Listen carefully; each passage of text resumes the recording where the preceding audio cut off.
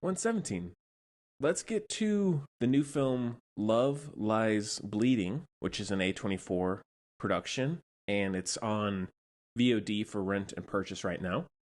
It's directed by Rose Glass, who also did Saint Maud, and it stars Kristen Stewart, Katie O'Brien, Dave Franco, and a few others. And the synopsis is gym manager Lou falls for Jackie, a bodybuilder who is passing through town en route to a competition in Las Vegas.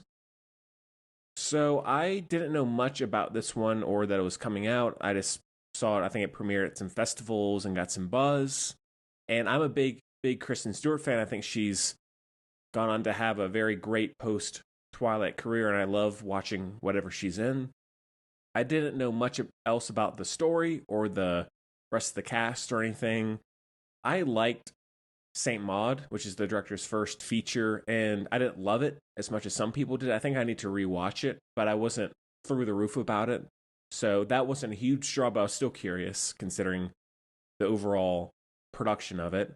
And I think it is quite good on first viewing. It's very strange. It's dark. It has sort of a more twisted Thelma and Louise true romance kind of vibe, like 90s vibe to it. And this is definitely one of Kristen Stewart's best performances as of late. I mean, she's been great in everything, but she's really, really good in this.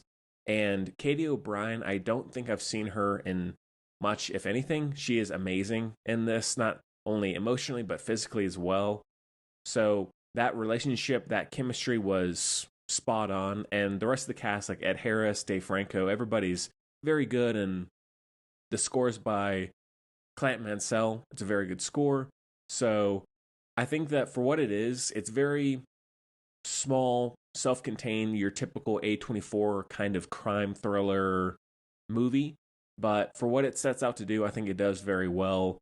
And some of the fantastical, supernatural imagery I was not expecting at all towards the end. I won't spoil it because it is still pretty new and it really does come out of nowhere. And I think for the most part, I liked it. There is something towards the end where it's like so surreal and huge, for lack of a better word, that it really is like, what the hell kind of moment. But I think it worked for me. It's kind of goofy, but I don't think it's really meant to be taken seriously.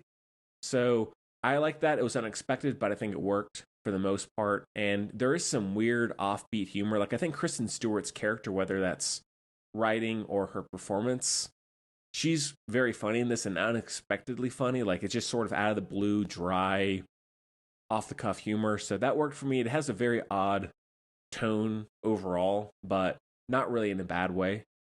So I think it is definitely one of my favorites of the year so far. It's not a masterpiece for me. Maybe it'll continue to grow more and more over time. I don't know. But I think as a initial viewing, it is very worth watching. Very unique, very refreshing in how it's told.